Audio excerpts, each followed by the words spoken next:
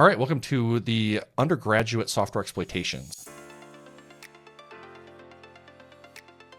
So this course is designed to teach undergraduate students the basics of software exploitation and show them really going back to the buffer overflow and then working our way forward to more modern mitigations, that back and forth between how software was exploited as well as then how we've taken steps, both through technology, through compilers, through operating systems in order to try to mitigate that.